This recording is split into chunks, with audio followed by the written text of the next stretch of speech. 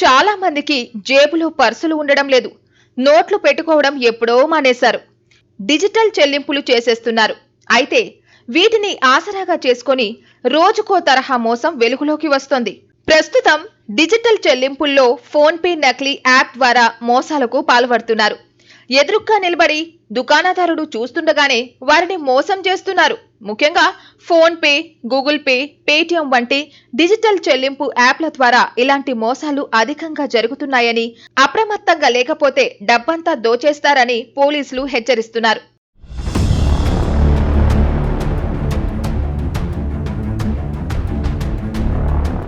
అయితే ఇటీవల ఏపీలో వస్త్ర దుకాణంలోకి ఓ వ్యక్తి వచ్చి సంక్రాంతి సందర్భంగా 2000 విలువ చేసే వివిధ రకాల వస్త్రాలు కొనుగోలు చేశాడు. బిల్లు చెల్లించేటప్పుడు డిజిటల్ పేమెంట్ చేస్తానని ఫోన్ పే ద్వారా స్కాన్ చేశాడు. అయితే చెల్లింపు అయిపోయిందని వినియోగదారుడు తన ఫోన్లో సందేశం దుకాణదారుడికి చూపించి వెళ్లిపోయాడు. తర్వాత చూస్తే తన ఖాతాలో 2000 జమ కాకపోవడంతో తాను మోసపోయినట్లు దుకాణదారుడు ఆలస్యంగా గ్రహించాడు. మరోవైపు ఓ పాల డైరీలో స్థానికుడు రోజువారీ అధిక సంఖ్యలో పాల ప్యాకెట్లు కొనుగోలు చేస్తుంటాడు. నమ్మకంతో డిజిటల్ చెల్లింపులు చేస్తూ పాల ప్యాకెట్లు రోజుకు 3000 వరకు తీసుకెళ్తుంటాడు.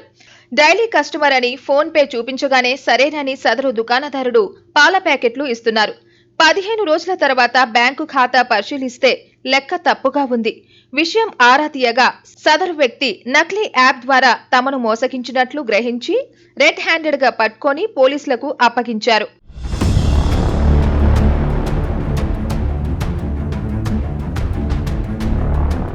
అయితే దుకాణదారులు PhonePe, Google pay, Paytm వంటి డిజిటల్ యాప్ల ద్వారా ఆర్థిక లావాదేవీలు జరుపుతున్నారు.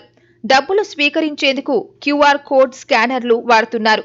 క్యూఆర్ కోడ్ ను స్కాన్ చేస్తే లావాదేవీలు జరిగిపోతాయి.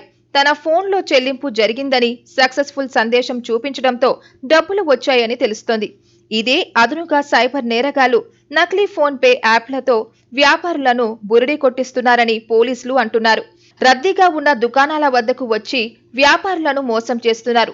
తమకు కావాల్సిన సరుకులను కొనుగోలు చేసి రద్దీగా ఉన్న సమయంలో స్కానర్ ద్వారా డబ్బులు పంపామని దుకాణదారుడికి చెబుతున్నారు.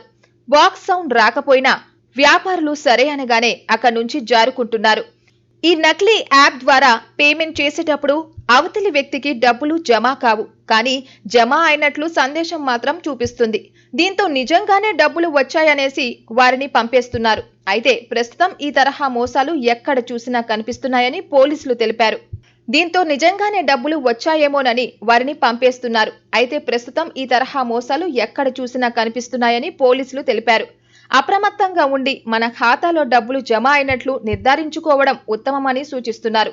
ఈ తరహా మోసాల విషయంలో వ్యాపారులు, ప్రజలు అలర్ట్ గా లేకపోతే మన కళ్ల ముందే డబ్బంతా ఊడ్చేస్తారని హెచ్చరిస్తున్నారు.